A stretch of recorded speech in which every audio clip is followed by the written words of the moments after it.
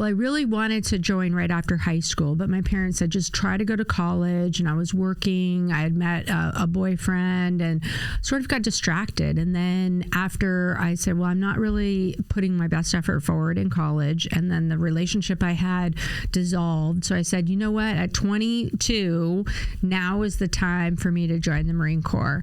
And so that's what I did. I was really ready to go when I was about 21. But by the time I got the job I wanted and I was ready to depart, I was 22 years old, which is a lot older than most other recruits at that age, So I felt Desert Shield, Desert Storm had happened in 91, 92 time frame. So I watched all that happen while I was on the sidelines. I said, even confirm my desire even more to serve, because I said I could have been there and I wasn't going to have a coulda, woulda, shoulda experience ever again. I say, I need to be doing that. And so little did I know that I would catch this epic wave of opportunities to serve in a combat zone and be a part of that.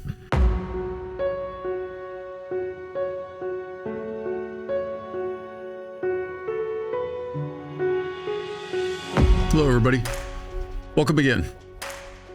My guest this time joined the Marine Corps in 1993, served 2 enlistments and got out in 2001 because she wanted to go back to college. But then 9/11 happened, and for the next 9 years, she was reactivated as the war in Iraq and Afghanistan continued. In 2010, she was selected for the Navy's Reserve Officer Program and actually still serves today, closing in on her actual retirement. But in this time, she's pursued her desire to be a reporter, both as a combat correspondent and as a TV reporter.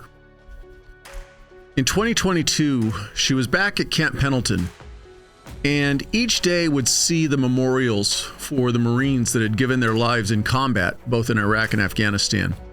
And she wanted to do something to honor their memory, that for those who couldn't make it to Camp Pendleton. So she wrote and published the book Heroes Live Here as her way of giving back. There's a lot more to her story, and I'm sure you're going to enjoy the conversation. So let's get into it. Here's episode 132 with Amy Forsythe. So before we go forward, we're going to go backwards. Okay. Talk to me about where you grew up. Where's hometown? So I grew up in Northern California, a place called Santa Rosa, just north of San Francisco in Sonoma County. So born and bred in California, which is my home.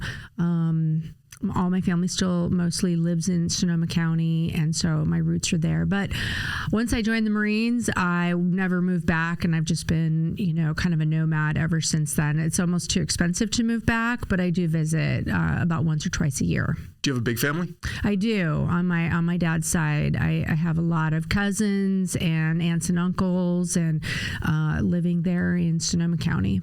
As far as immediate family, brothers, sisters? Yeah, I have one brother and one sister, and so we're all very close. I'm the firstborn. I'm the oldest, and so it's kind of my role as a first leadership role that you have in a family is being the first and the oldest sibling. Were you the troublemaker? My parents thought so because I was the first out of the chute, right? And girls gone wild, and but. As it turns out, it was just a learning curve for my mom and for my dad. What did mom and dad do for work? So my mom is retired, but she worked in the beauty industry. She was doing nails for many years and owned her own salon, but she's retired now.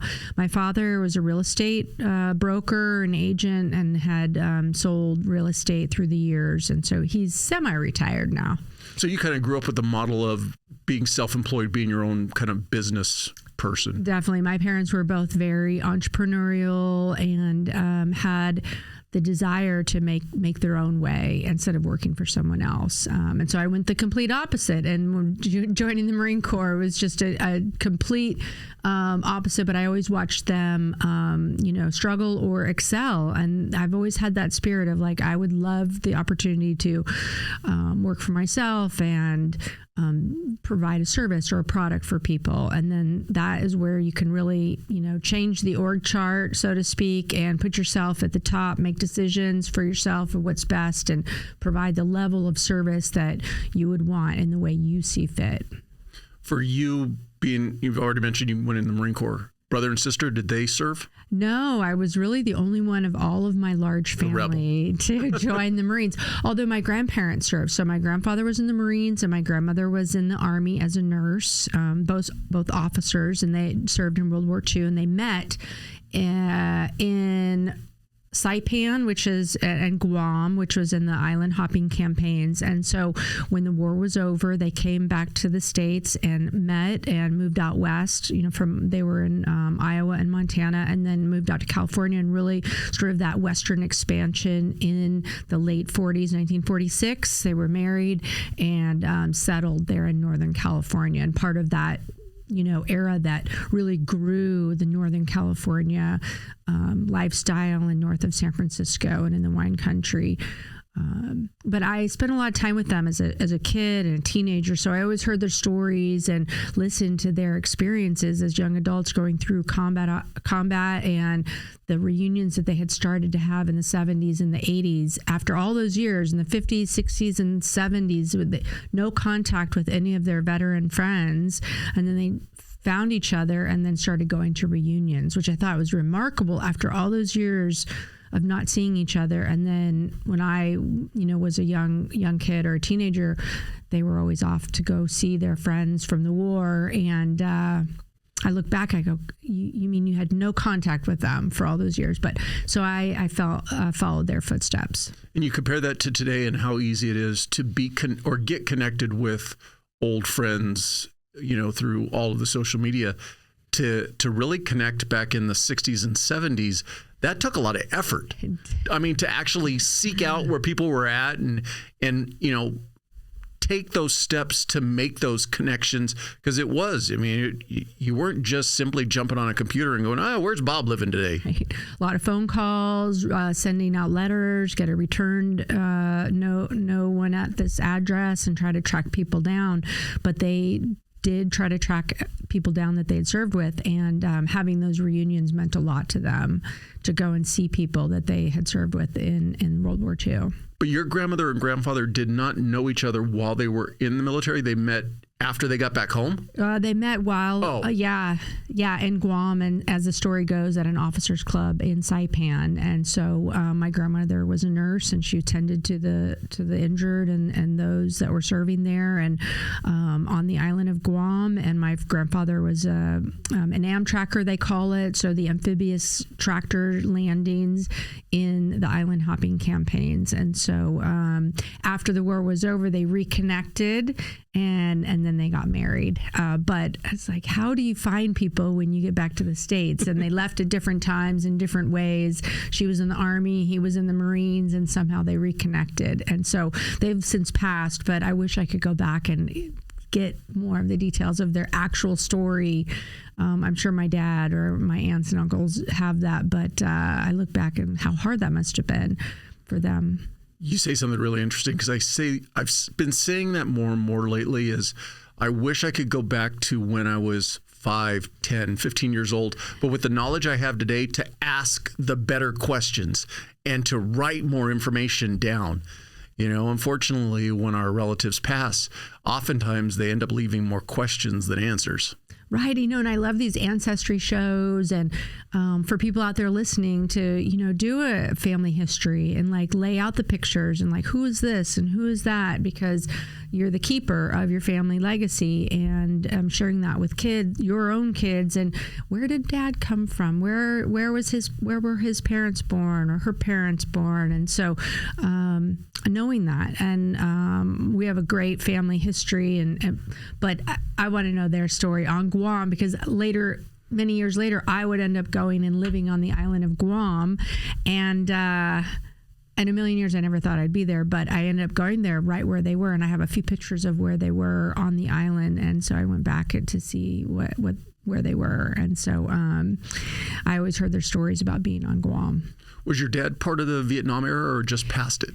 He was actually just slightly younger than that. So my dad was born in 51. And so 1970, he was like 19. So he was just slightly under, although I was born in 70.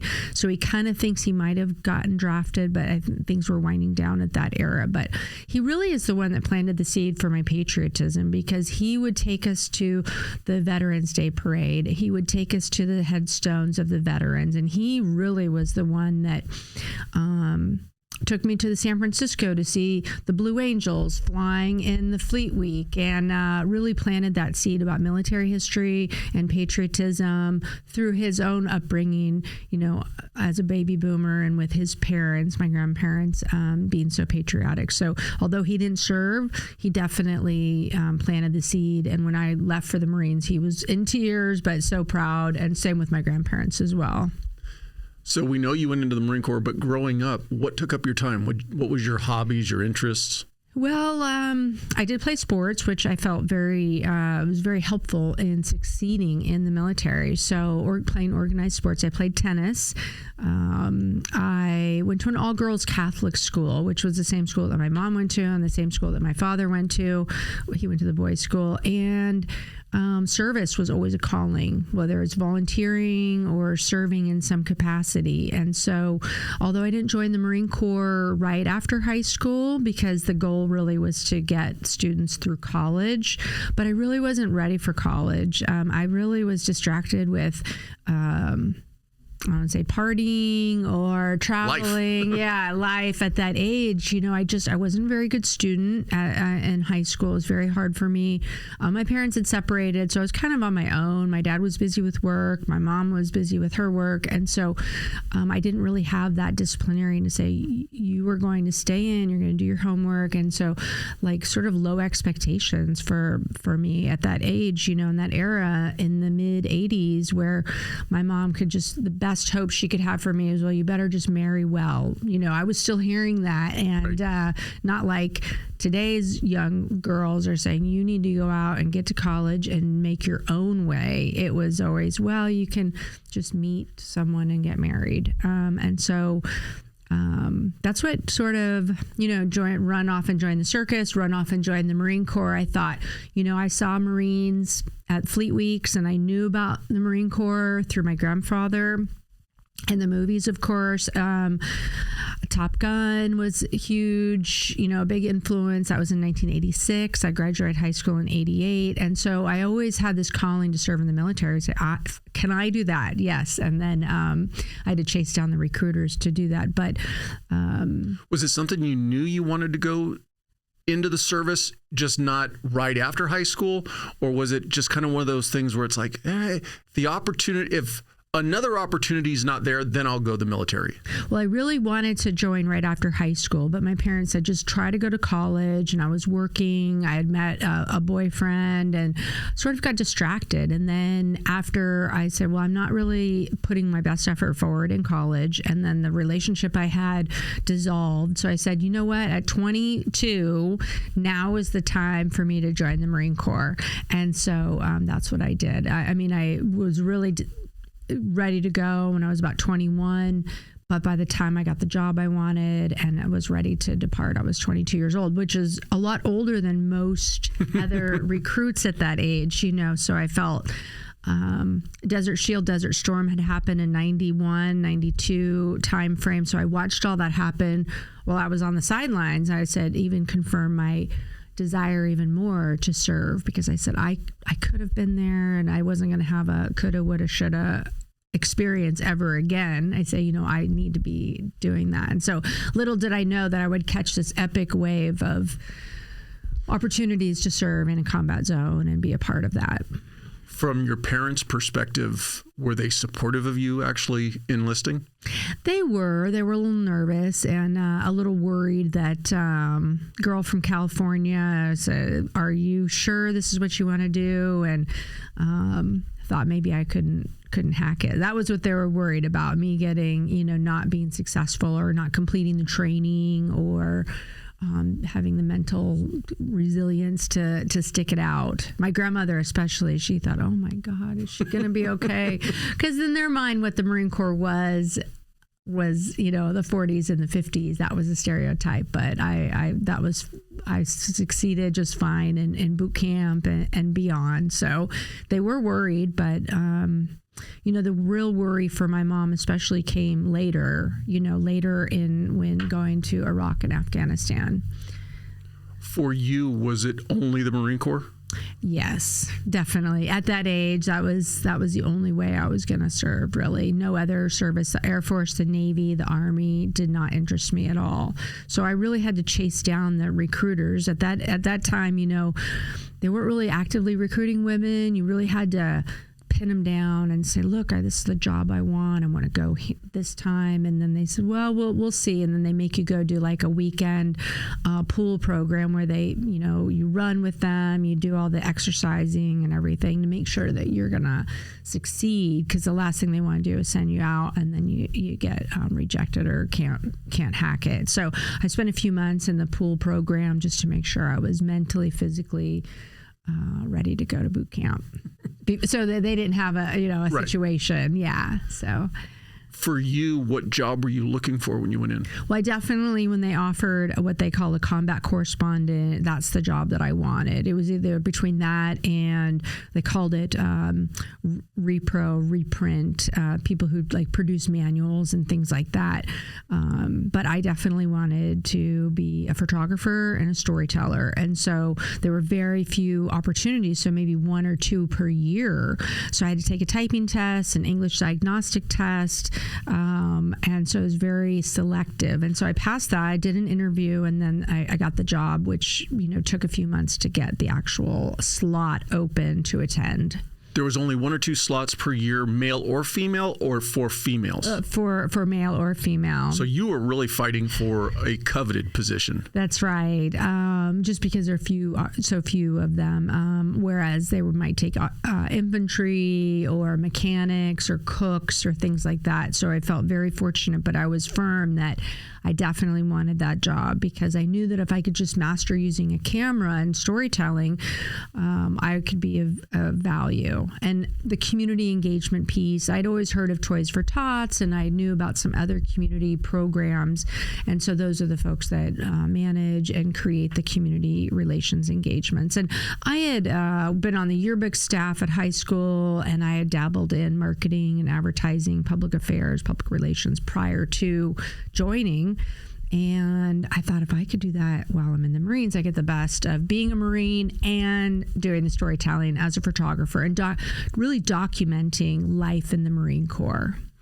The goal to gain knowledge as far as photography, did you have an interest in that growing up, or was that, I guess where I'm trying to get to is what led you to that specific career path? Well, it really was, truth be told, it was the Toys for Tots program where, if you're familiar, your listeners are familiar, where the community relations engagement with the community gather up toys for underprivileged children at Christmas time. And I was like, who runs that program? That sounds very interesting, of how to bridge the gap between the military community and the civilian community and feel like you're doing something good. And they said, well, that's actually a Marine Corps reserve function, but the people that manage the program are actually work in public affairs for the military. So, that's interesting. And then my grandfather used to get a magazine called Leatherneck Magazine sent to the home, sent to their house every month, and I'd read it. And I was like, who are writing the stories and taking the photos? And those were actual Marines who had that job. And then I watched a lot of Desert Shield, Desert Storm, and the reporting and the photos and the stories that came out of that. A lot of those were done by combat correspondents. And so when the recruiters told me that's an actual military occupation, I said, well, that's the one I want. That is the one I want. So I was very keen to get that particular job. I probably would have gone into the Marines if they give me something else, but I wasn't going to go to boot camp until I said, no, that's the one. And so they said, okay, women, if they recruit women, it's like double points. They get extra, credit or something. So they said, you lock me into this one. That's the one I want. But looking back now, I was very interested in photography and storytelling, and I was sort of a more social extrovert. And so planning parties and doing community engagement was really where I felt comfortable. So I had previously been a lifeguard and worked at like a gym, a club in my hometown, and I would create and host parties for the kids and the guests at the club. And so I knew that's kind of where I wanted to go with that. And if I could do that as a Marine, I could be successful in the Marine Corps, because at that time, women were not allowed to be in combat jobs, really, admin and logistics and some other things. But I knew, like, well, if I enjoy this and planning, being a planner, I could translate that into a job in the Marine Corps.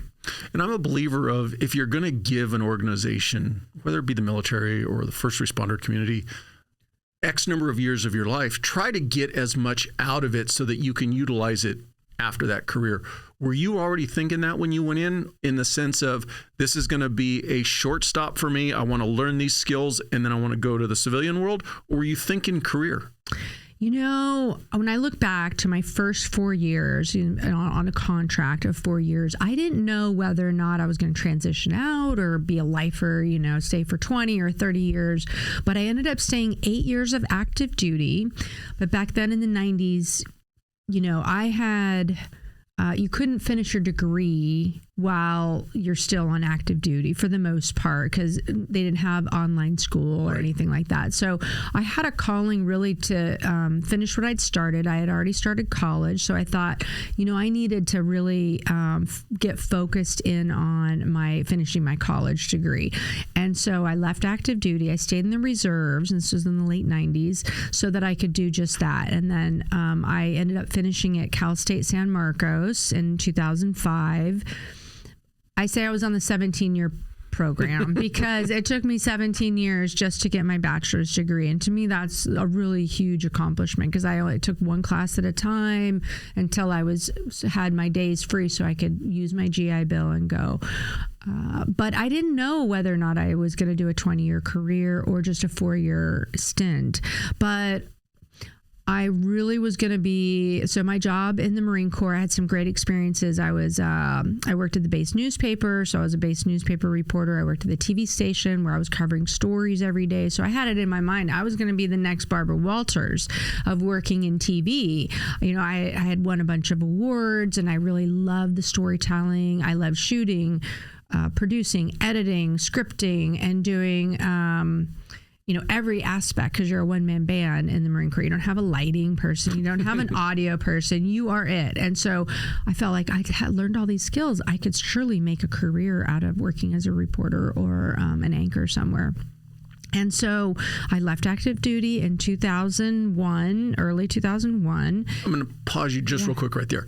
Any apprehensions or reservations in your mind when you were going in, like, am I going to be able to do this? Yes. Well, definitely. Am I making the right decision? Am I following my heart? Am I following the right career path? Because once you jump out, there's no coming back for the most part at that time, right? So I took a leap of faith. Am I going to be able to finish college as an adult? Do I have enough money? Do I have enough? No, I meant when you were thinking about going into the Marine Corps, any apprehension or reservation, like, am I going to be able to do this? No, I knew for sure this is what I'm doing. And so where'd you go to boot camp? Well, so I went to Parris Island, South Carolina.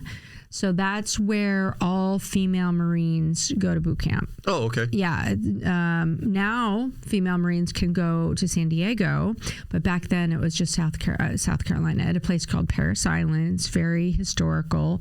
And I was all in. I was doing it no matter what. When did you end up there? In February of 1993. So you avoided the humidity of the summer. That's right. But ironically, we were there and there was a 100-year storm and it was snowing in South Carolina in March or something. And so although we were on lockdown in, boot camp, we didn't get much news.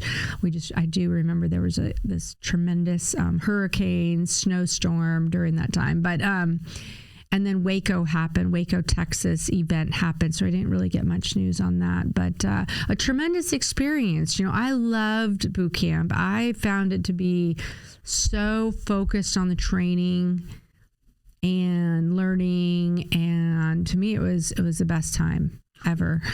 How big was your platoon, or what do you refer to it as? Is it? Yeah, platoon. We started probably with about 40. We ended up graduating maybe 28 women. There was, a sister platoon. So these numbers are so few and far between. So female Marines, very small group of people, but a good diverse group of women from all over the country. And when you got out, what was your first duty station? So I actually went to school. So I went to my training school, which is at Fort Ben Harrison, Indiana at the time, at a place called the Defense Information School. And I was there for about almost 12 months.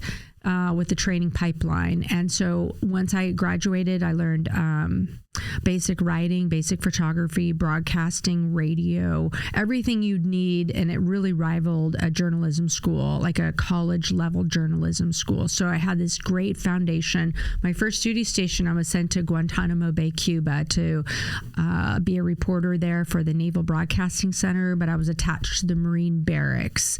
And so for your listeners, viewers out there, you may recall a movie called A Few Good Men, and that's basically what it was like. We had rifle security companies that were guarding the fence line, and the whole mission of the military down there is so the ships can come and do refresher training and restocking of fuel, ammunition, food, and then the Marines are there to guard the towers, or to guard the fence line that we were protecting the base from the Cuban Republican Guard, or I'm not sure what they're calling it now, but we had a live minefield where we would prevent Cubans from crossing onto the base, and to protect that area. And so we were guarding against the Cubans. And so it was a very volatile time, actually.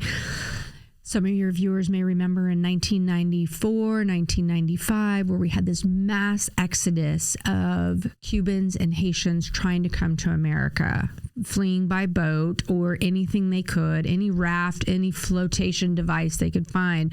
And so they stood up what they call a joint task force, where they brought in the Army and the Air Force, more Marines, more Navy to come and guard the base, but also pick people up at sea, bring them to the base. And we had a base that was designed for about 4,000 people with the military and their families. Now there was 60,000 people on this base, living in tent shelters, on the football field, in the gym, on the golf course. And so here I am scurrying around trying to cover all these stories, send photos, reports back to the States about what was actually happening. So I got to interview so many congressional level people, senior leaders. And so I got to see firsthand how a joint task force works and how massive humanitarian effort would be played out in Cuba and Haiti, in terms of policy, how we were responding, and how the services worked together. And so it was just an incredible first duty station.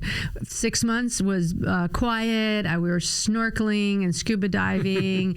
And then all of a sudden, things really got out of hand, where we brought all these migrants to the base, and they were rioting. They didn't want to be there. They wanted to get repatriated back to their home country in Haiti.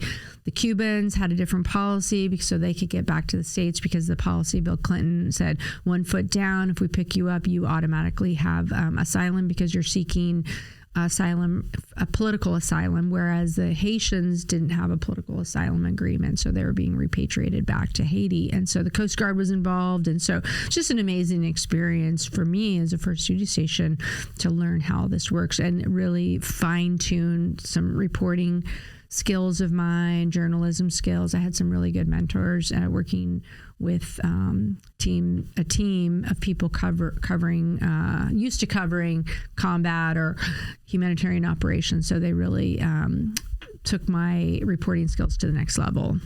And you did 2 enlistments, correct? That's Full right. time. That's right. But got out prior to 9/11? That's right. Just prior. So fast forward, I come back to Camp Pendleton and made my home in Camp Pendleton, got involved with the community, started working at the TV station in Oceanside, California, called KOCT.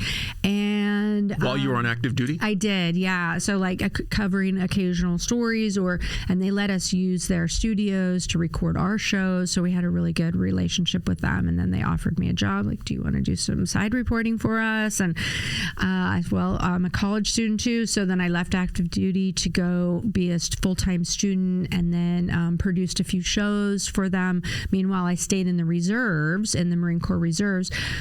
I really love the Marine Corps. I wanted to get out so I could at least level up my own education and really just finish what I started. I felt like there was just thing that I hadn't accomplished, and that was the bachelor's degree. And with Cal State San Marcos being right there, it just made sense. They have a great communications program, and so I felt that was the best move for me. But little did I know that just months later 9/11 would happen. And so from that point on, I knew things were going to change for me, because immediately I got recalled to active duty. So I found myself 6 months later in Afghanistan, being mobilized to active duty. I had to put my studies on hold. I had to put my job on hold, because at this time it was all hands on deck effort, really. And I went to Afghanistan and deployed, working for a joint task force during the very early days of 2002, 2003 in Afghanistan, before Iraq happened, before all the big things sort of exploded all over Afghanistan. So I was disappointed that I had to take a break from school, but in the end, it all worked out. In hindsight, looking back on it, with the duration of the global war on terror, was there ever a thought of yours to go, you know what, let me just go back and stay active duty until retirement? I don't think so. I never really wanted to go back on. The thought crossed my mind. It surely did. But I had some other goals, such as finishing my bachelor's degree. Once I came back from Afghanistan, and then another year-long deployment to, I wouldn't say deployment, but an assignment at my school, which is at Fort Meade, Maryland. At the Defense Information School, I was on active duty for 1 year teaching and pushing out teams that would then go to Iraq, because I had just gotten back from Afghanistan. They said, we need people who know what's going on in that area to push out other reservists, teach them, and then before we send them over to Iraq. So I did that. I came back and I finished at Cal State San Marcos in 2005. I checked that off my list. And then in that time frame, I got mobilized, and when the war in Iraq was still continuing, it was raging on, got mobilized, went back to Iraq in 2006 for 1 year, came back, started a graduate program at University of San Diego, and then I got recalled again in 2008. You are the queen of the DD-214. And then I came back and finished my master's degree. But yes, I never know anything about the reserves. I knew next to nothing about how it works, how it's funded, how assignments are dealt out, and the flexibility it offered. But I was riding this wave of, I can cherry pick my assignments. I can still stay in the reserves. But I can still try to achieve some other goals without actually coming back on active duty full time in the active component. And so, like many other people, they realize, like, I'll do 6 months or I'll do 12 months, and then I can go back to my home and pick up where I left off in my business or my private sector job. And a lot of people like me, they own their own businesses. They still wanted to kind of pursue that. And so, but I do know people who went back on active duty full time. I do. I know people who felt that was the best course of action, and it reset their start date. And so they just, are writing out the rest of, like, let's say that they're at the 10-year mark or 12-year mark. And then they added these extra deployments, and they said, let me just accession back to the active component, because they make a call for it every couple of years. They say, anybody who wants to come back on active duty, you can do it. And so, but I just didn't want to take that chance of being like locked down again when the reserves offered plenty of opportunities to serve without having that full-time commitment for another 10 years or whatever the case. And so I was able to cherry pick some assignments. Your undergrad and grad degree, both of them in journalism? My undergrad's in communications, so wider kind of communications, and then my master's degree from University of San Diego was under the School of Business in global leadership. So it's more finance, international business, marketing, some sort of theory. So it was a great program, and actually there were a lot of military people in there because it's kind of a catch-all. And so the director of the program, his name was Bob Schultz. He was a retired Navy SEAL captain. He kind of recruited some other military, and I found out about it through a Marine friend of mine, and I looked into it. I thought, that's kind of a good fit for me, something different than journalism, because I kind of had been working in it for so long. I didn't necessarily need more experience in that area, but something more broader and wider. And so the program at the time, they offered international study abroad. So the program took us to places like, for me, I went to Argentina, I went to Morocco. My husband actually did the program a few years later, took him to Germany, took him to China and Argentina as well. And so we got some really great experiences, like learning and studying businesses overseas and how do they do business, and learning things, everything from talent management to marketing strategies and these international multinational businesses. So it was just a great experience. I needed that, something that didn't have to do with the military or communications, but in a broader sense.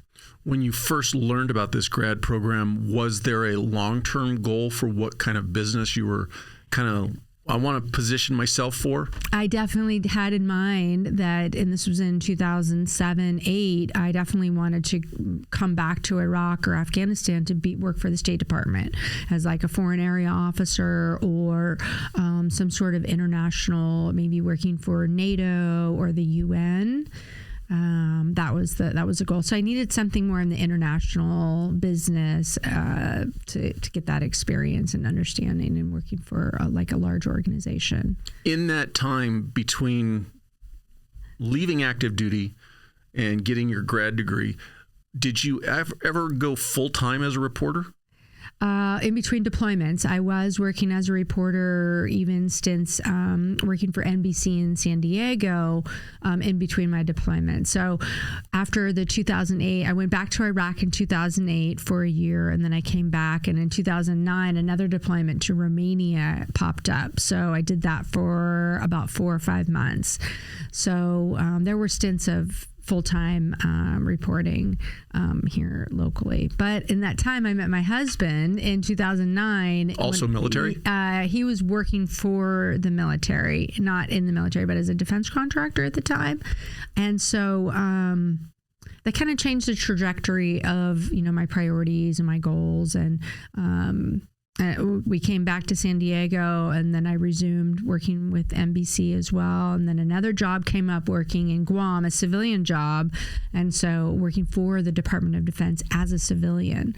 And so as a civilian reporter, actually working as a bureau chief, covering all the large scale exercises they called the Indo-Pacific area.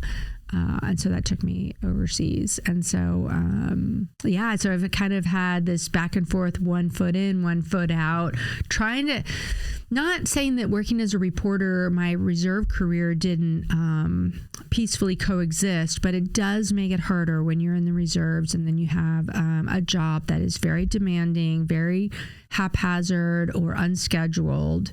On call, and your hours are variable. It does make it hard to plan if you wanted to be consistent and available in the reserves. And so in this time, I applied for a reserve officer commission in the Navy. So I made that jump from the Marine Corps to the Navy. I got accepted. I never thought that would happen. I love the Marine Corps, but better opportunities are always kind of out there. And did you go looking for it, or just something that kind of happened by happenstance? I didn't know anything about it, but this colonel I was working for in the Marine Corps said, hey, you should check out this program in the Navy. It's a reserve officer commission. And I had already finished my master's degree, and I was just sort of waiting in the Marine Corps to get promoted. Just waiting. I needed someone to die or retire to get promoted. And so I said, no way. I love the Marine Corps. I was already 18 years of total service. But I applied. I got selected. And so I had to make a decision if I wanted to make that leap. And so it was absolutely the best thing that ever happened to me. And what year was that? 2010. 2010, I got the commission into the Navy. So I made that transfer. And It has absolutely been the best decision ever.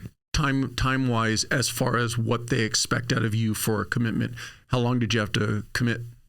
In terms of a length service time. of really no service commitment. I mean, anyone can really retire a commission at any time.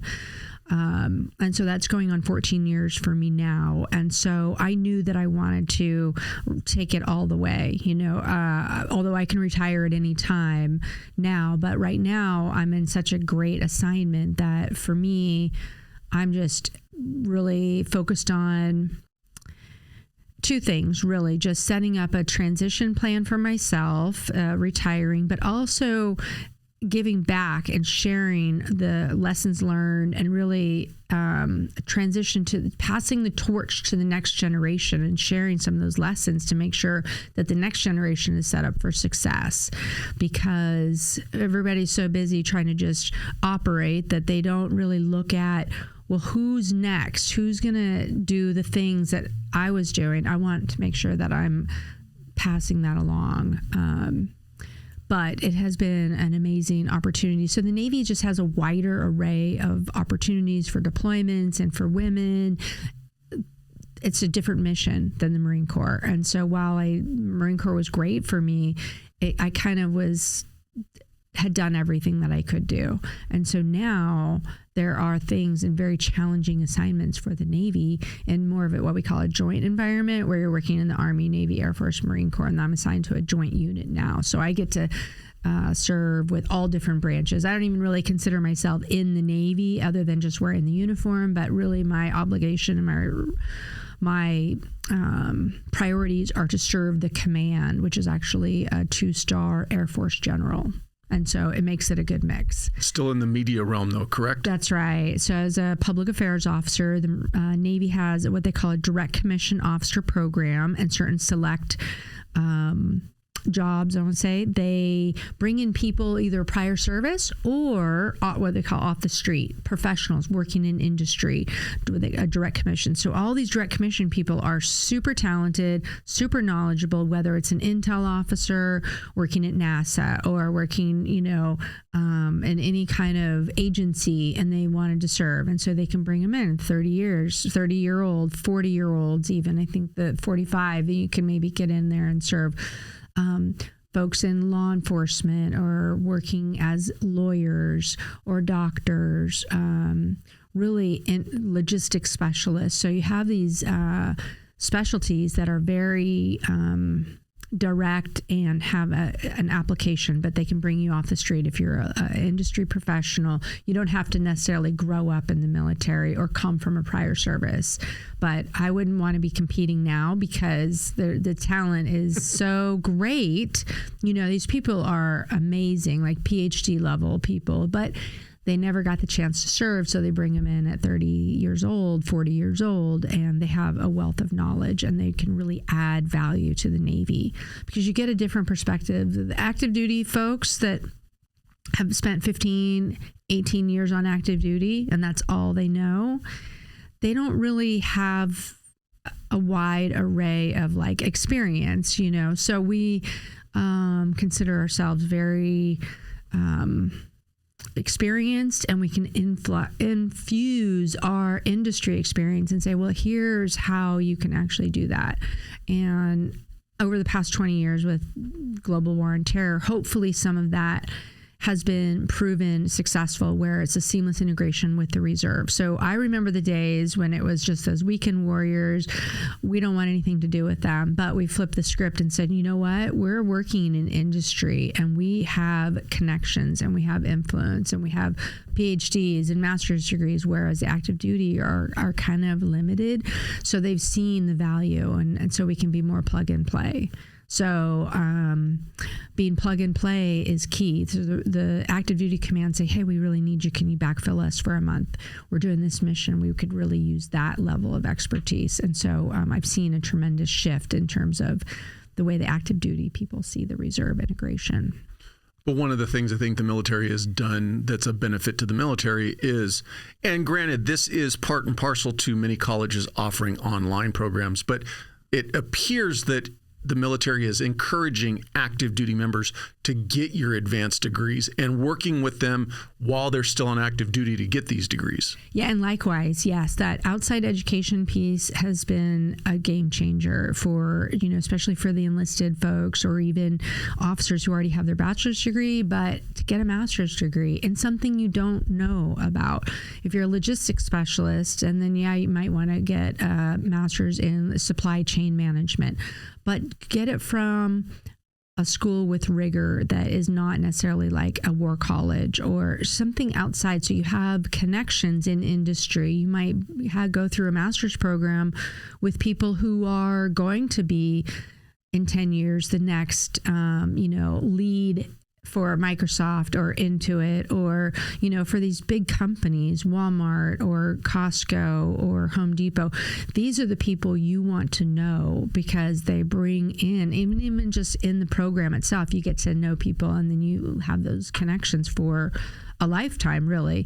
But especially for enlisted folks who are pursuing a bachelor's degree, it's a game changer because not only the coursework, but you meet people who will go on eventually in 20 years. They're going to be leading the organizations that at that level. And so you want to be able to have that network to call on. I found that to be the biggest benefit of the master's degree. I barely remember anything except I'm still in touch with those folks and I've watched them progress in their career. And if any time I need a source or I'm doing a story or I'm seeing what they're posting on LinkedIn, I find that is the value, that legacy value of those programs.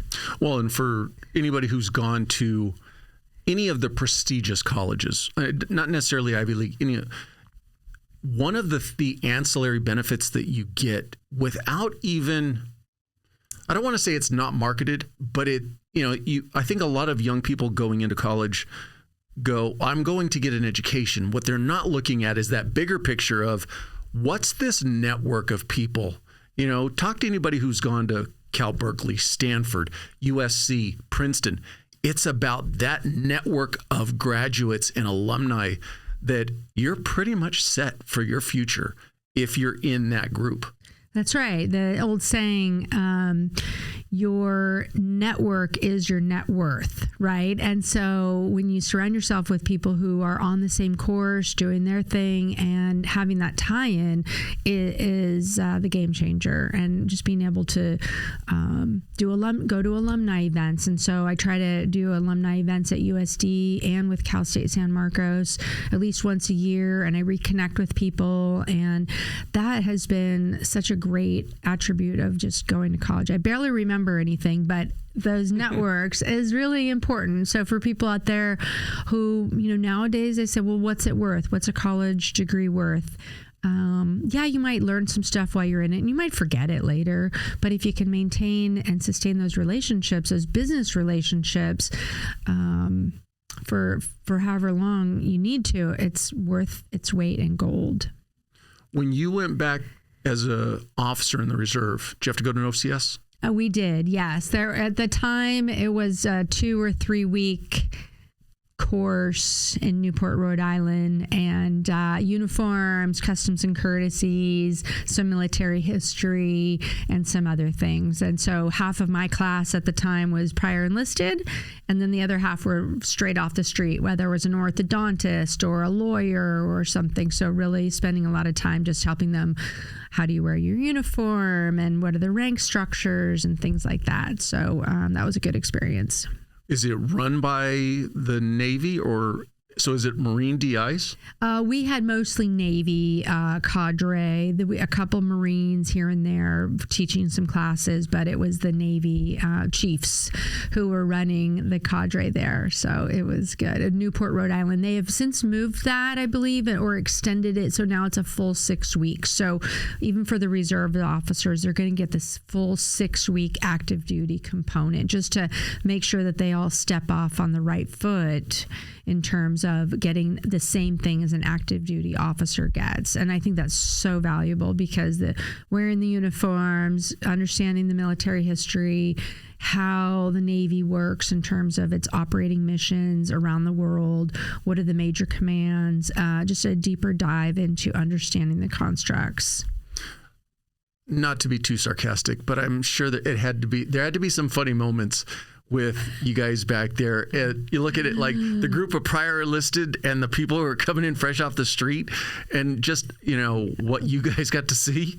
It was fun, and the marching and the way they make you sit and eat and hold out your cup, you lift it up and you drink and this. And I had flashbacks to boot camp a little bit, but one day it was so funny in the barracks. There's like 2-man rooms in a hallway. It was in the barracks, and we come back from PT or a training or something, and somebody did something wrong, and so they came in all the rooms, inside of our rooms, and flipped the mattresses and dumped the wall lockers, and supposed to scare people, right? And of course all the people who were not prior enlisted were like, oh my gosh, this is so awful. And like all of us prior enlisted, we were like laughing so hard we couldn't stop laughing, because we just thought, oh my God, this is so funny. This is funny. You got to take it. You can just imagine mattresses are tossed everywhere, sheets everywhere, and because they wanted to just have some fun. And so it's, when you're in boot camp as enlisted, you get nervous and you get scared, right? But this was just, when you're 30, I was 40, I think, at the time, and or almost 40, and so playing those little games. Yeah, tear up the barracks rooms games. It was funny for us. So that was one funny memory. And you ended up back on Guam with the DOD? That's right. So in 2015, I vowed I'd never take a government job, like as a federal employee. I vowed I wanted to work in TV. I wanted to work on the private side, own a business. Even we actually did own it. My husband and I owned he ran it, owned a commercial pool cleaning business. And so in San Diego, but an opportunity to work for the Department of Defense as a civilian in Guam to lead a bureau covering all the large-scale exercises in the Indo-Pacific came up. I applied, I got selected, and off we were to Guam. I had no idea what to expect in terms of what was the living situation, what were the office like, what would be the work schedule, what kind of equipment do we have. I knew nothing. I said, okay, we're going to take this leap of faith, and we did. And so for almost 5 years, worked there, traveling all over, covering all the large-scale exercises, Sri Lanka, Singapore, Malaysia, Palau, just some amazing experiences where we have troops and we're doing partnered exercises with other countries and doing deterrence missions and mill-to-mill partnerships, strengthening relationships, diplomatic events, and things like that. So that was an amazing experience. But then it was time to come home, and then came back here to Camp Pendleton, where I was stationed for many years and accepted a position working as a federal employee as a civilian public affairs officer at Camp Pendleton. And so my husband did not want to leave Guam. He's still mad at me for that. But we left right before COVID, not tied to it, but we were one of the last flights out. It just so happened that we were scheduled it was February 28th, and we were on one of the last flights. We were rotating out on a normal rotation, but things had started getting weird around New Year's because there was a ship that was trying to, like a cruise ship that was trying to port, and the government in Guam said, no, we're not going to allow anyone to port here because there's this thing brewing, because a lot of Koreans, Japanese, and even Russians and Chinese come to Guam as a vacation spot. So things over there were happening, and word was getting out long before even the States really caught on and knew what was going on. And so because there's so few resources on Guam, there's food, hotel rooms, gas, everything is very at a premium. And so they said, no, we're not going to let them dock. And then we thought, this is strange. This is getting really weird. And so I just remember thinking that was a blessing in disguise, because things got really, really locked down. Food was scarce, fuel was scarce. And then the whole ship thing with the troops trying to get off the Theodore Roosevelt ship, and the commander of the ship, and it was bad. Medical resources were very low, and so we ended up coming back to the States just as a blessing in disguise, saying we kind of missed that COVID there, although it was bad here. It was 3-4 times as bad. And all our friends that were there were very nervous about what was happening. Food fights, at the stores and things that people, got really worried. So we watched it from afar, but still very concerning. Prior to getting off the island, was COVID just something you were hearing about, or was the country of Guam starting to see incidents? Yeah, they were just starting to learn about it. They hadn't forced the masks yet, and they hadn't done any lockdown or distancing, but they weren't letting certain people into the island of Guam if you're coming from a certain country. And so we knew something was going on. And then when we left that day, the airport was empty because they'd already started stopping all flights inbound. And so any flights off the island were okay, because if you were sick or something, you could get off the island. And so we came back to the States and then realized things were bad. This was the second week of March of 2020. And so we sat watching, all of this unfold. So it was just very surreal to know the limited amount of resources on an island like that and how people were responding, panicking, really. People panicking in the States, think about on an island. But having that experience of being in a really confined location where everything has to be imported, food, water, fuel, things were at a very high premium. The assignment you had with DOD, you were a civilian. Were you basically the editor-in-chief, so to speak? Yeah. And was the staff civilian or military reporters and journalists? It's a good question. So I was working for the Defense Media Activity headquartered at Fort Meade, Maryland. That was like the mothership. And then they had outlets in Japan and what people know as American Forces Network, or the radio and television. And so we were an offshoot of that. So my headquarters, direct hire, was in Japan. And so we were producing content, radio, television, and print stories and photography. We were doing all the coverage. And I had 2 people that worked for me. So it was just myself and 2 enlisted service members. One was in the Navy, one was in the Air Force. So we were a tight group of 3. Most of the time it was 3, but those 2 were sort of cross paths barely. One came in, then he left, and then I got another one, and then she left. And so it was just, they weren't getting replaced on the spot. So it should have been a staff with 3, but it was 2 at sometimes just 1, me. But I also was able to do my reserve duty there, and oftentimes had to go on assignment. So it left the shop with just 1 person. So we made it work though, but we covered a lot of ground in terms of traveling around the countries in the area. And so, but the Defense Media Activity decided to close that bureau right before COVID. And then they got reassigned back to the States because they felt it was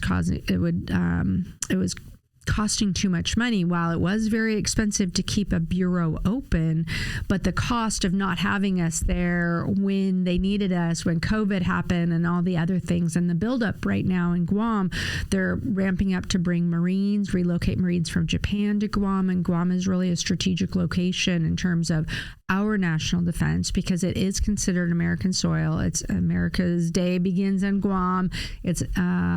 It is the homeland. And so if we were ever attacked by China, North Korea, we have defenses there. So there's 4 U.S. Navy submarines. We have what they call triple bomber presence, where we've got B-1, B-52s, other air strategic assets that are in Guam. And then, of course, we have the Army National Guard that's there. We have the THAAD, which is the Terminal High Altitude Defense. There. And so basically it's like the shield. Basically, if we had any kind of missile threat, they could shoot it out of the sky. And so very strategic in nature. And so we've got a big ramp up going on to bring the Marines from Japan to there. So there was a lot to cover. And so over the 5 years, I learned a lot about the region. I had been focused on Iraq and Afghanistan, and took my eye off the ball, what was going on in the Pacific. And so learned all the different nuances in terms of Taiwan and North Korea. So we were there. It was 2017 when North Korea all of a sudden decided to say he was going to send the Guam killer. You may remember this threat where Kim Jong-il said that he was going to send a missile to Guam. Of course, people were panicking and freaking out. Where's the bomb shelter? How do we protect ourselves? And there really is nothing there to protect from. So that was a big learning experience, and being at the tip of the spear, really the first line, they call it the island chains. It was the, you've got the first and the second and the third island chains in terms of what China wants to push out and touch. But they know that Guam is definitely homeland, and so any threat to the homeland would solicit a response from us. So being at the tip of the spear in America's paradise, the beaches, the snorkeling, the recreation, it was just really amazing. But a diverse military with all capabilities that are on Guam. And you previously mentioned you're planning your transitions. How much longer do you think you're going to go in your reserve status? Yeah, well, I have about 2 more years. I've got it nailed down to where I'll be 55, and then I'll be pension eligible.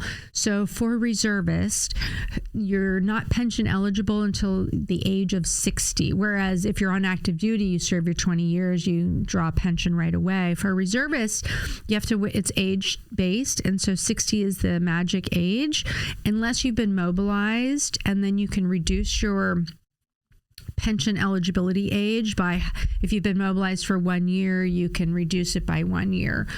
Not all of my time counted because that's sort of a newish rule, but I've got the math down to about 55 3/4. And then I'll be pension eligible. And so then that's when I'll retire. So in the next 2 years, I'm really looking at how can I best be of service? How can I pass the torch? Not just say it, but do it. How can I share my experiences, write the lessons learned, pass along the information that I've learned to those up and coming, junior officers, those enlisted. That's really where I really want to make the most impact. But, having that exit strategy, not just at the last minute realizing, I forgot to tell him that, but really day one, start planning an exit strategy, not just in your head, but like actually doing it. Because then when the time comes, like everything is right in the world. Like I've done what I can to pass along this information, because the next generation of military members, and say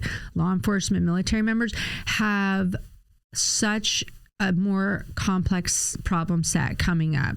The burden on their shoulders right now is immense. And so they need all the help and advice and coaching and mentoring that we can give them right now, because it's so much more complicated than, when I was in. I mean, yes, Iraq and Afghanistan were complicated, but it's not what it is today. And the diverse set of problems that people are facing, mental health and other issues that our culture is, the people that are joining, bless them, but they have a different mindset. It's a different era. And so those leaders need all the help they can get, really, in terms of helping them be successful and talent management, because we need good people to stay. How do you make them stay? So it really boils down to the leadership. But whatever I can do for the next 24 months is get myself prepared to leave, which I am. It's easy for me because I've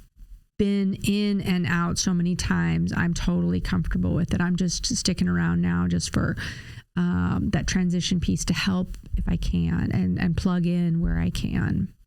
Speaking of the mental health component, so from your experience of the last few years, is the media within the military, the media units, are they really pushing out more information as far as getting help, getting treatment, and addressing mental health? That's a great question. I do believe there has been a culture shift in terms of it's okay to say that. It's okay to write stories about it. It's okay to offer up services. And commanders now at that level are recognizing that if I want to have people show up for work and have a good climate survey,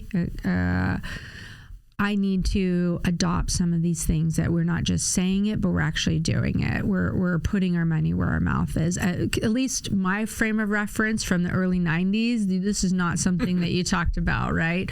So now these younger commanders who are in their 30s and early 40s have seen, and they've kind of grown up with it too. So we are seeing some of the stories, the storytelling, and stories that were circling around about mental health are starting to surface.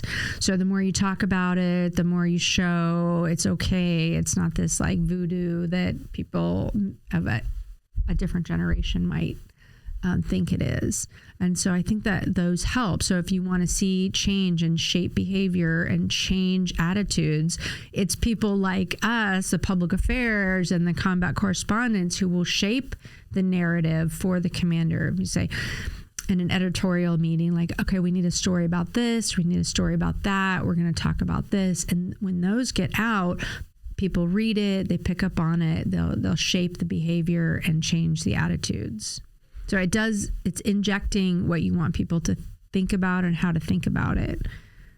So putting you in a position now to be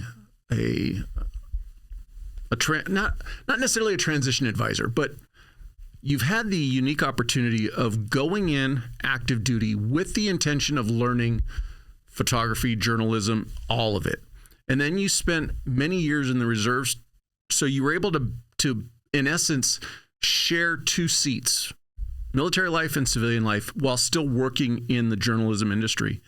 For somebody who's got an interest in journalism, if you were doing it all over today, would you still go the military route, or is just go to college and learn it? That's a great question. I think for someone who goes into the military, I think that they would really want to be in the military first, because in the Marine Corps, you're a Marine first above all else, because you could be detailed out to go do something and not even your prescribed job. They try not to do that, but it happens.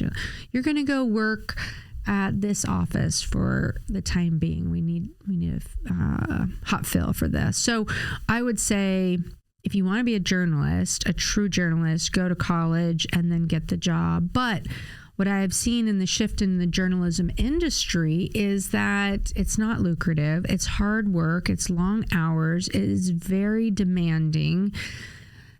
People make it work and make it successful, but you really have to be focused on that and accept these things that you cannot change. That is the pay, the hours, the grind, I want to say the heartbreak, the sorrow, because all the things you're talking about and covering and interviewing people are very emotionally charged, and it's a roller coaster, because you could be covering a murder one day and a flood the next day. Like in San Diego, we had these people that were flooded out of their homes. It was like very emotionally charged, and I remember coming home just feeling drained, exhausted for other people's problems.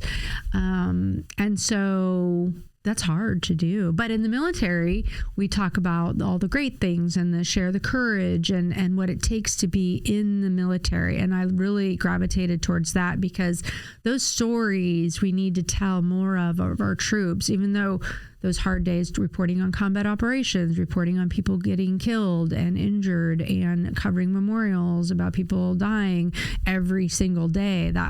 That's hard. But that was just a couple years here and there, a couple pocket years. But overall, what we're talking about is the strength of our nation. We're talking about our military's resilience and individual stories, hometown heroes, really. And so in the large scheme of things, if we want people to join the military, they have to hear about our heroes and about our our troops, and hey, this guy is from Sarasota, Florida. He joined the Marines and now he's a helicopter pilot. Or this woman joined from Portland, Oregon, and now she's a lawyer working, for the Navy or something like that. Or like Corinne, if she's from Las Vegas, a previous guest, she is an orthodontist in the Navy and a senior officer. And so she has a hometown, and those hometown stories are so critical to bring in a diverse group of people to join the military. It can't just be all from Texas or all from Iowa, right? We need people from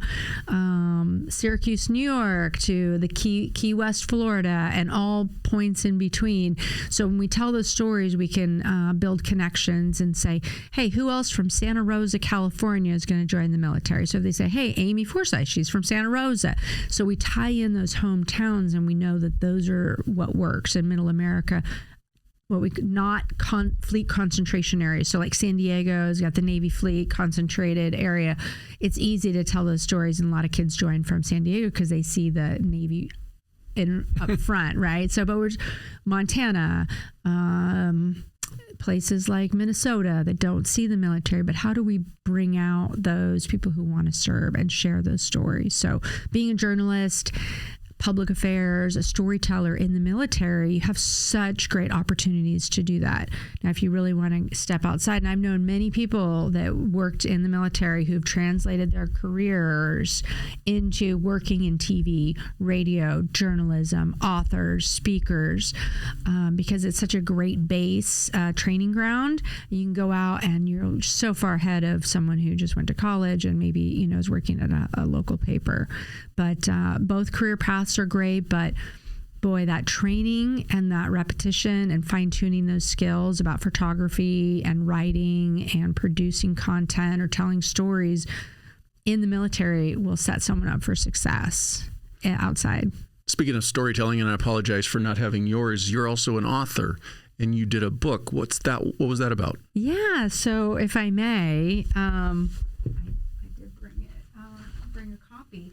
So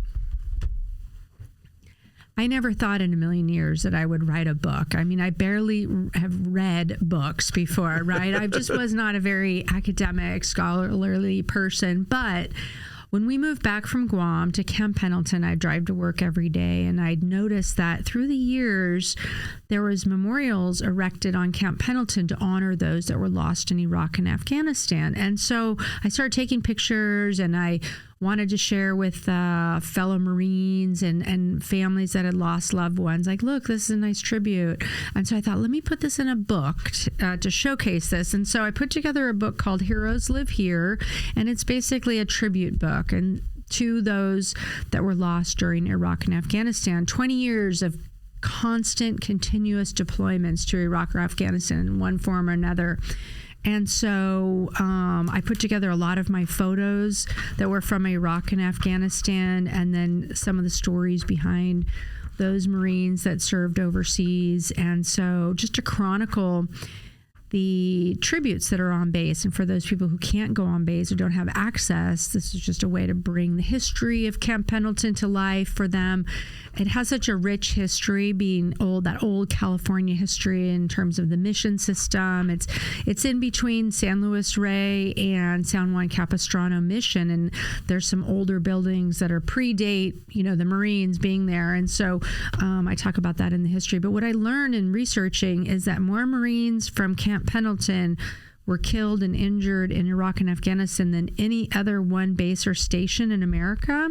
So it's really been the heart and soul of the effort in Iraq and Afghanistan. And so that's a heavy burden for any community. And I consider, Temecula, North County, Carlsbad, Oceanside, San Clemente, and that North County area as being supportive to these, I would say, widows, the parents, the families, the fellow Marines that come and go. But Camp Pendleton is a special place because it's been home to troops from World War II, Korea, Vietnam, Desert Shield, Desert Storm, and Iraq and Afghanistan. And so because it's the home to the Marine Corps' 1st Marine Expeditionary Force, which is like the premier warfighting force for the Marine Corps. So it's really the heart and soul of the Marine Corps at Camp Pendleton. How did you find it for yourself, though, in putting a book like that together? Paul, the number one question I get asked by other veterans and other people, how do I get my book published? Like, how do you publish a book? And so I found it so therapeutic to write a book and put it together. I didn't know what I was doing. I had no idea, but I got help. I asked, I got some, like a book coach, kind of a helper to help with the business side of it. I got a layout and design team. I got referred to. I hired a graphic designer, and it sort of all came together. And so, I didn't shop it around for like a publisher or anything like that because it's very niche. I didn't think a big publisher would get it, but it's been the best experience that I could ask for. And so it was very therapeutic to put together some of my thoughts. It was all blurring together there for a while, but it was at the printers, almost at the printers, ready to go to print, when, as you can remember, in August of 2021, when we were all watching the news, what was going on in Afghanistan, and the Marines, the soldier and the sailor, were killed at HKIA, the airport, Hamid Karzai International Airport, and within minutes of learning what unit that those Marines were from, there was a display. People were putting memorial markers at the front gate. The community had come together and wanted to honor these troops. And so I pulled back the book, the manuscript, and I just had to put that in the book, because some of the first troops to be killed in Afghanistan and the last were all from Camp Pendleton.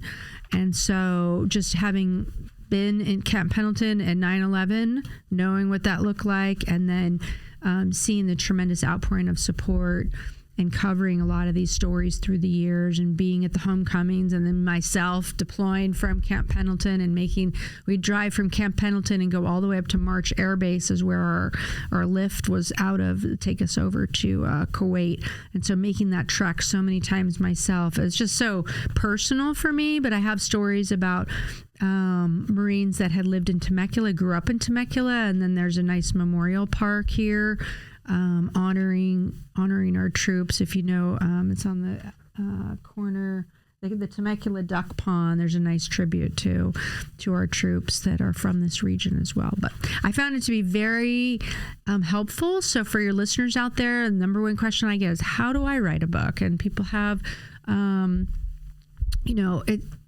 people have a story to tell, and it's easier than ever because people can self-publish. And I kind of did a hybrid model of self-publishing, but I had the content. I was way in over my head on imagery, and there's not a lot of text. I use a lot of photos, and that's where the layout and design came in. And I could have put in many more, but I just had to cut it off at some point. But thank you for asking. And people, especially Gold Star families and other people, have been so grateful for that alone. That was like the biggest reward for me. If someone could, if it could bring comfort to and closure to the families and those fellow Marines, and say, hey, I remember that guy, or I knew him. And so that's really where the value to me comes in. And writing a book, for people out there listening, it's not a money-making endeavor. No one's getting rich writing a book, right? It's sort of a break-even proposition from a business standpoint, but it does position people with, like, hey, if you can pull together the words, the pictures, the business side, meaning the cover, the Amazon links, and all the things that go into that, then I'll listen to what you have to say. If people want to go in and do public speaking or doing consulting or other things. So you see, you've got, some of your favorite books here. All these books are people that have been on the podcast. Oh, wonderful. Wonderful. Yes. And so everyone has a different journey. Dr. Devon's book, I mean, she's amazing. And so her story can resonate and connect with with other people out there. And, my goal was to connect with people and just share the courage it takes to wear a uniform and the great sacrifice that the Marines, especially from Camp Pendleton, have been through over the last 20 years. And this was time to put closure to it. And a history book about Camp Pendleton really hadn't been written in about 15 years. And so I thought, who else has lived it? And so I've been grateful for the support. The base commanding general, he says, Amy, I get my history from your book. Whenever he has a public speaking event, he'll look up what's the history of this or learn the story about that. So if it's a good resource for people, that's my goal. And, you mentioned that there's not a lot of money in writing books. For some, if you're an accomplished author or something. But a book like this gives back so much more to the families of the fallen Marines, in that's something that will always be here and will always be able to tell their story. It's a tangible product, unlike, a radio or TV or a video. It's a tangible connection point, and I'm not a big book reader, but I know that I have a lot of books, and that tangible connection, I can see it. I know it's there. I can pick it up at any time. I don't need a device. I don't need to be online.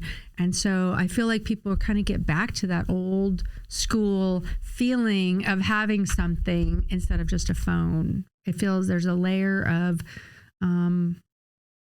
static with a phone or a computer, but this is something people can open, and mine reads more of like a magazine, and so it's a lot of pictures, not a lot of words, because Marines just want to look at the pictures. So but I can appreciate how hard it is to write a book and pull it together. And so I love that you have this collection of people that I see Nick Lavery on there. That's wonderful. Some other people I recognize, but everyone has their story to tell. And it really is easier than ever. I say that now because I'm over the writing and the layout portion, but anyone can write a book. And I encourage people, if they have a story to tell, they can just start writing. It is very therapeutic, and kind of, even if it's just journaling, and we all feel better when we make our lists of things to do, or instead of sending an email, just write it out, and don't send it if you're angry or you want it kind of an outlet. But putting words to paper can really have a lasting mental health benefit, because you've said it, you've written it, you've put it out there, and people, even in small bits on social media, and then collectively, if you say, I'm going to put this together in a book.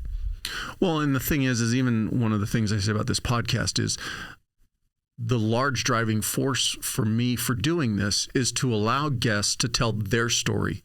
And the thing is that you putting that book together, or somebody listening putting their book together, you have to understand, you telling your story or a story, you might think that nobody will want to read it or nobody will be interested in it. But you'll be surprised how many people it could benefit or will be interested in it once it's available to them. So like you said, if you've got that feeling in you of, hey, I want to do a book, I want to write a story, follow that little voice in your head that's saying, I need to do this, because you never know who's going to benefit from it.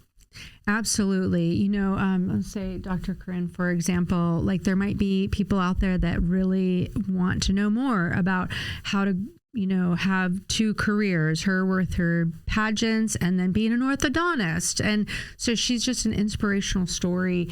And I love to see other women, especially, write books and, maybe launch into a speaking engagement. And I'll tell you that while I won't sell 1 million copies, when I do sell books, it's from the personal engagements. And I spoke last week to a small group of veterans, but each of them bought a book, 20 people, on the spot, because I signed it and I was there. We connected. We talked about the stories and their stories too, and then they wanted a reminder of the value of what Camp Pendleton and the history. We all live here and we know about it. So following it up with a book, but a connection to someone who say, I heard that person speak. I want to have their book together. So there's room for everyone in terms of writing a book and speaking and sharing that story. It could be someone's survival guide and inspiring the next generation. People may not have heard about Heroes Live Here, but it's 2 years old, but it's new to someone, brand new to someone else tomorrow. Yes. So it was a wonderful process. It took me about 1.5 years really to put it together, working full time and during COVID and everything. So I'm very happy with the outcome, and it exceeded my expectations in terms of the way people have responded to it and the outcome, really. So. And so you've mentioned a physical manifestation, but then there's the virtual and the speaking. So talk to me about, you're a podcast host yourself. Yeah. How'd that come about? And what are it's not just one, because you're an overachiever. You host 2 different podcasts. I do. Well, it seemed like a natural fit with me having the journalism background, working in radio and then working in TV and being a print journalist and a photo. And it's an interesting medium that people can gravitate towards, because that old AM radio talk show feeling, the podcasts have exploded. And so it's really a deep dive into someone that you might be interested in. And instead of just a 2-minute clip or a 90-second spot, like a quick hit on, the 10 o'clock news, podcasts offer a way to really connect with people and put it on a 30-minute drive. And it's an interesting conversation. You really feel like you've connected. And so I am lucky enough to be connected with the American Legion, and I host a segment of their Tango Alpha Lima podcast called Be the One. And so this is something that they started last year called Be the One. It's an initiative to prevent and reduce veteran suicide. And so we have guests on there that are making headway in this spectrum of experts, scientists, people that have really stuck their neck out to talk about this very, I wouldn't say touchy subject, but very deep and scary, really, because when we talk about veteran suicide or even law enforcement suicide and those people that are suffering, whether it's using the use of psychedelics, which is getting more research and more discussion points. We've had guests on that are, working with local organizations, scientists who are doing the neurotherapy and neuro development to understand what is triggering these effects. And so it's been fascinating for me to learn, and I'm just curating a set of conversations for people out there who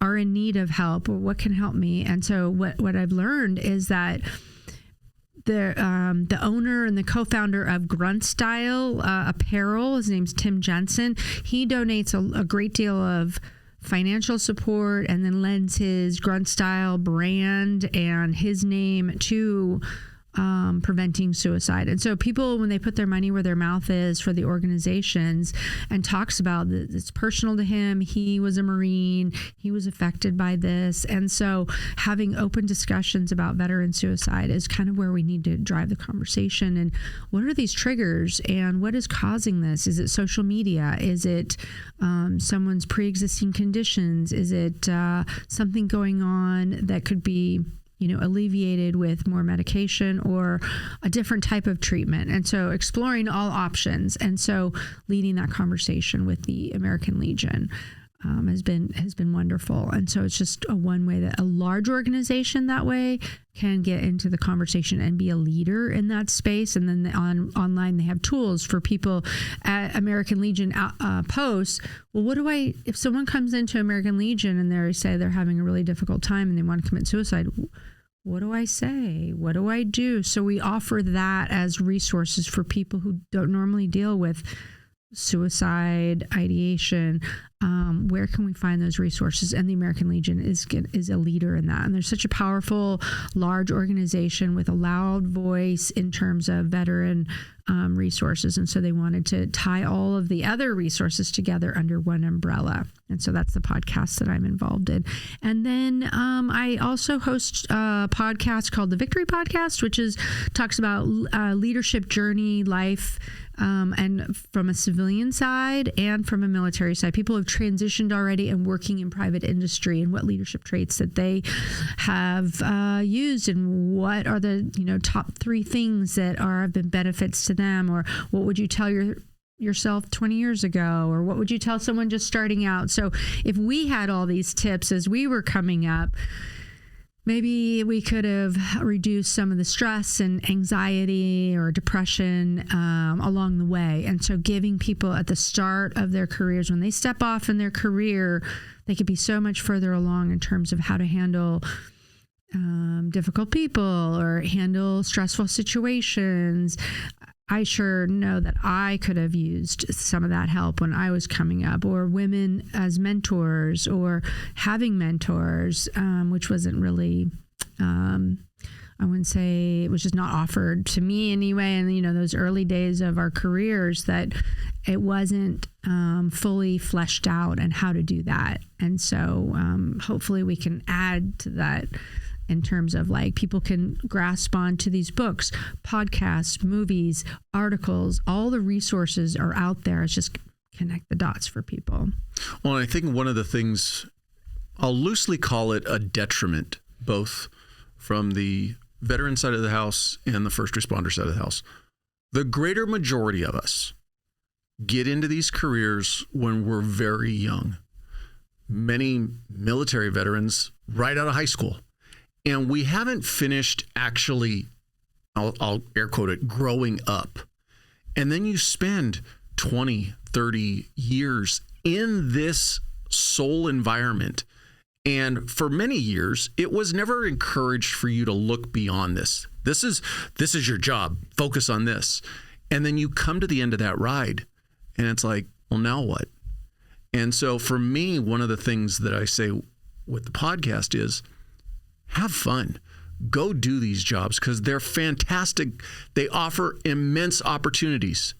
But just start today thinking about what you might want to do tomorrow. Just start thinking about it.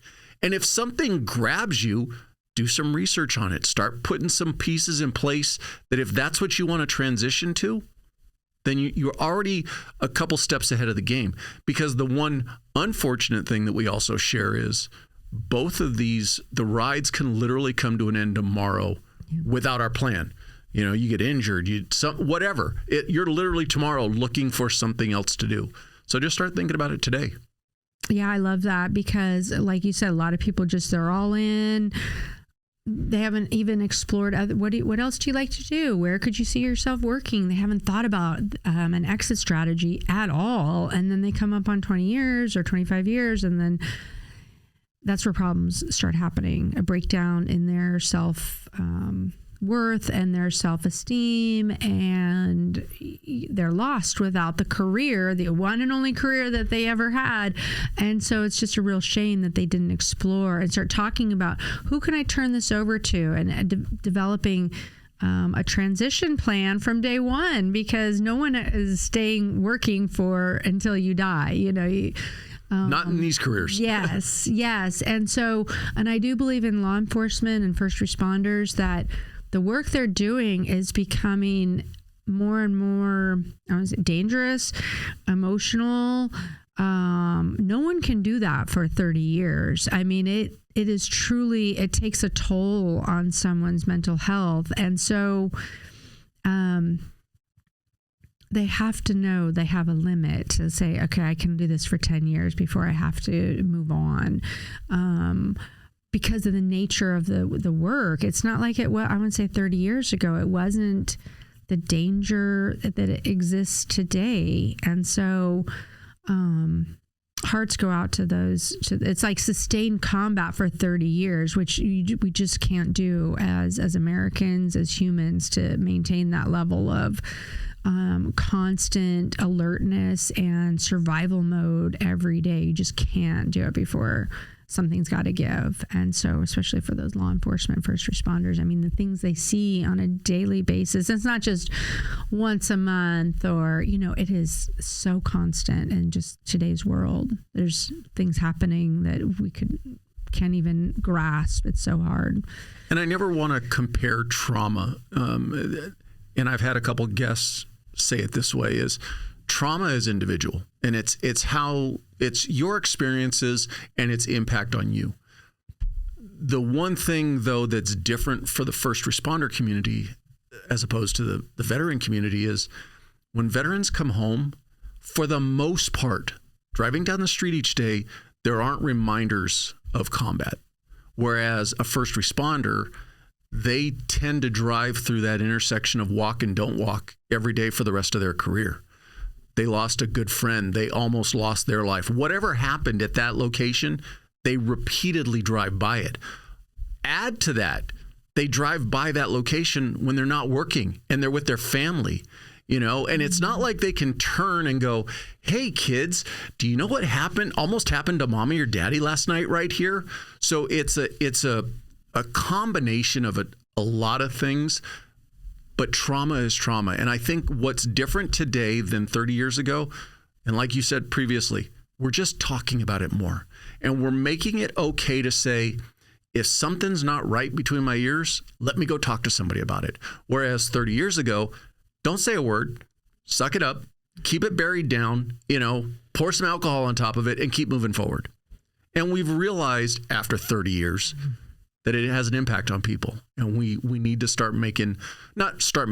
we need to improve on the changes that we're already making. So.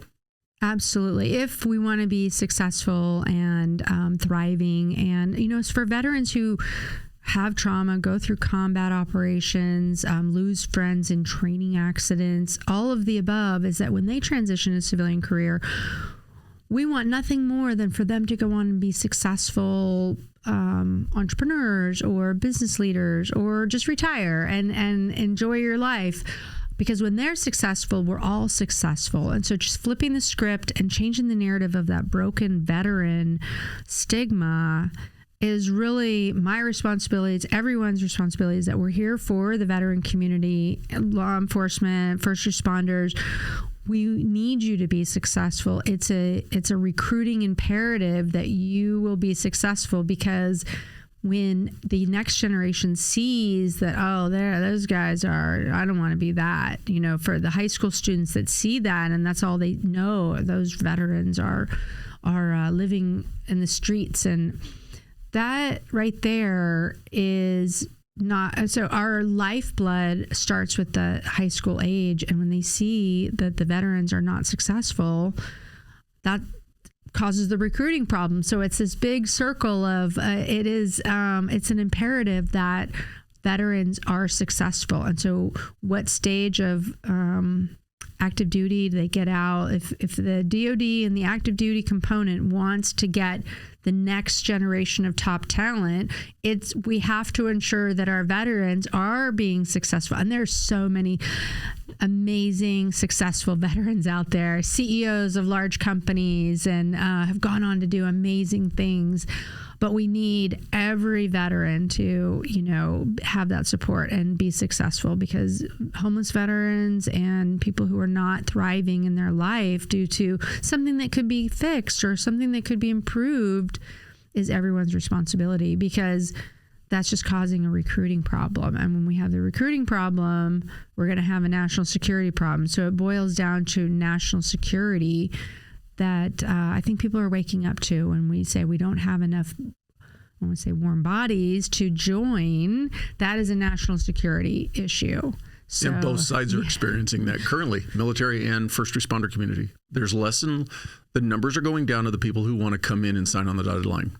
Yes. That's a survival mode. If we don't have first responders, we're in a bad situation. And so what we need to do is make sure that that young generation hears and sees stories of survival in terms of this was a great career for me. You can do it too. I'm going to help you. I want to share with you. I'll coach you. I'll mentor you.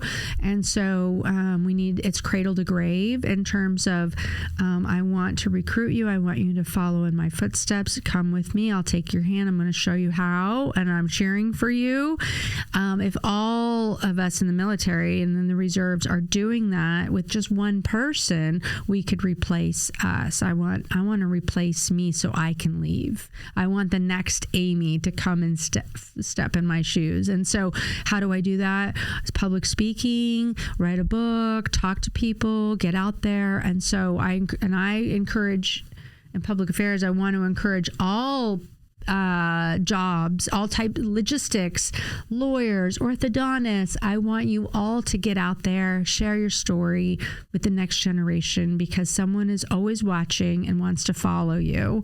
You just have to be willing and able to go take time out of your day and go speak. And a lot of public affairs in the job we do is setting up interviews, setting up speaking engagements, going to a high school, going to a college. We just have the willing participants to take time out, but the military does a good job of prioritizing that and saying, yeah, we'll let you take the afternoon. We've got a gig. We've got this thing, or we want to bring in 5 Marines, and then we're going to talk to kids. And so, make connection points, but you can't just rest on, well, we did that yesterday. It's a new day, and there's a new school, and there's a new opportunity to talk to the next generation. And so having that, I think that's a little bit of what's been missing lately, that connection point. Maybe COVID, maybe just a lack of will, but the imperatives are real. Get out there, start talking, talk about your hometown, talk about your job, talk about your experiences to the next generation, the college, high school level, or the mall. We don't care. Just go out and share your story, because dropping the enlistment requirements, like don't need a high school diploma in some cases, don't need a GED. That's what the Navy is going to. So I'm not particularly fond of that, but if that's what they think is the key or the solution, I'm all for it. But we do have to attract top talent. So top talent attracts top talent. So you've got people like Dr. Corinne here, orthodontist, super high achiever, beauty queen, beauty pageants, excellent academic background.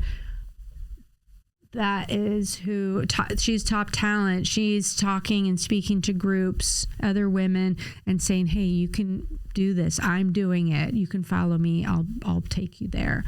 And so I hope that other veterans can see their purpose now is transitioning out, pass the torch, go and talk about your experiences, because our national security is on the line. It's not just, well, it's nice to do. It's no, we're in a world of shit right now if we don't bring in the next generation, like from a national security. And we're seeing that.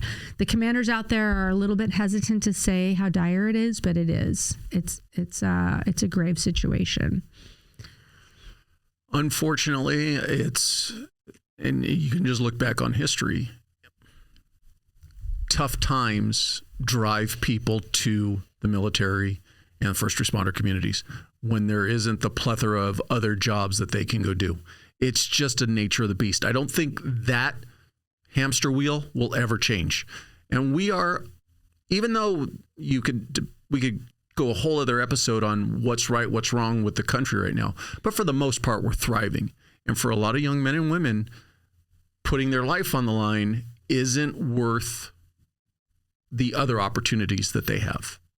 It is true. We see that just being discouraged from service, but if we can just bring it back to a matter of patriotism and serving your country or your community, that call to service in any capacity has to come from veterans or people who were these first responders.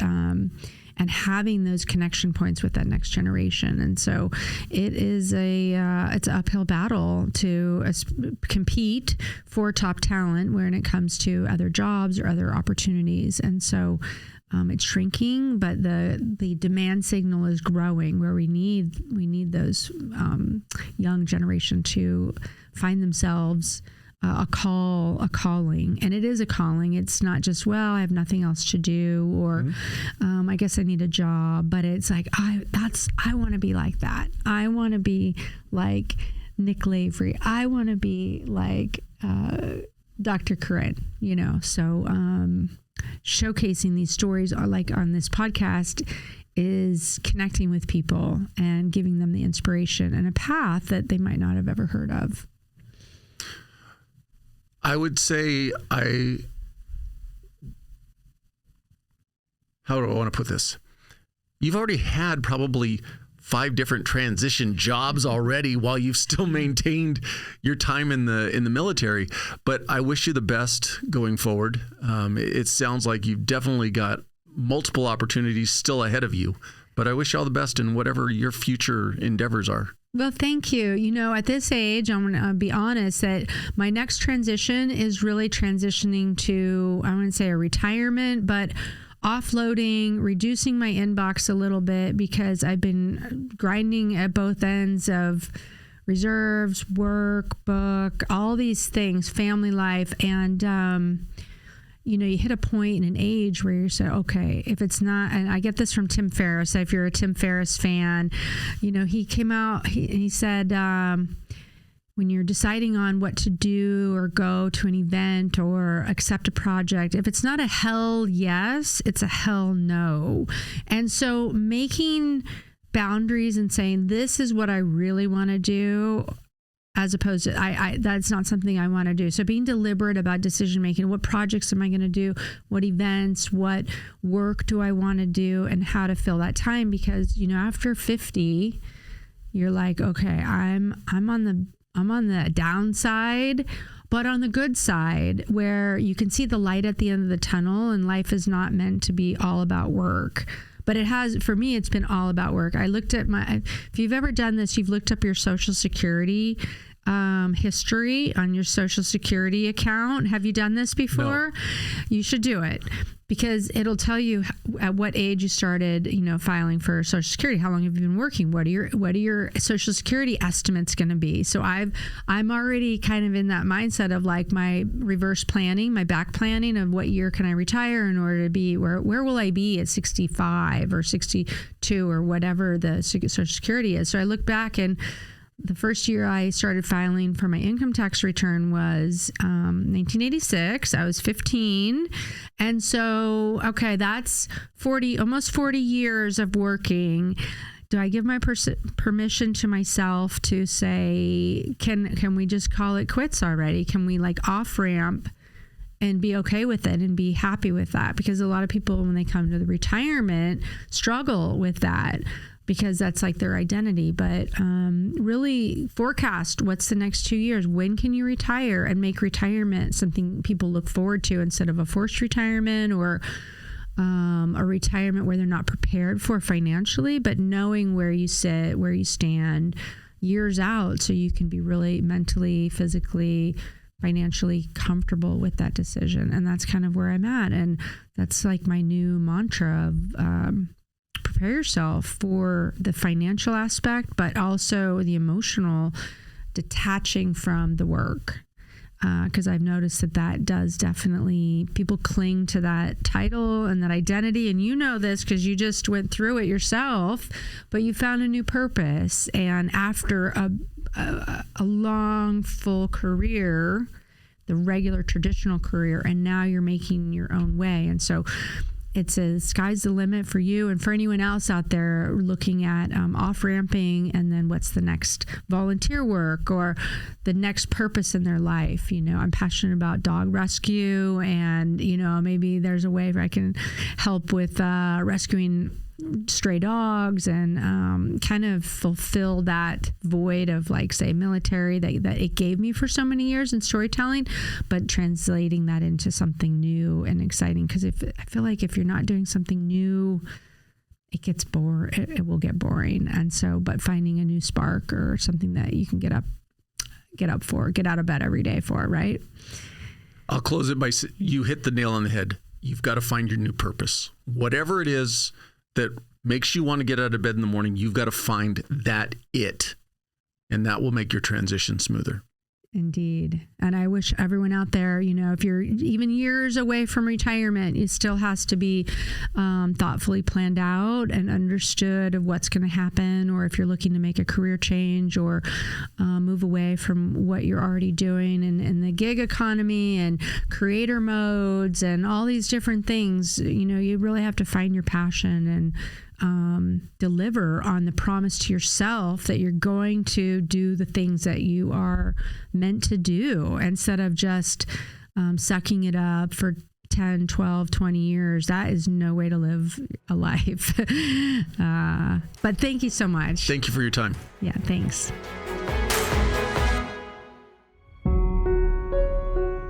I appreciate you watching. But before you go, if you like the video, please hit that subscribe button. Also, any comments are appreciated. Thank you.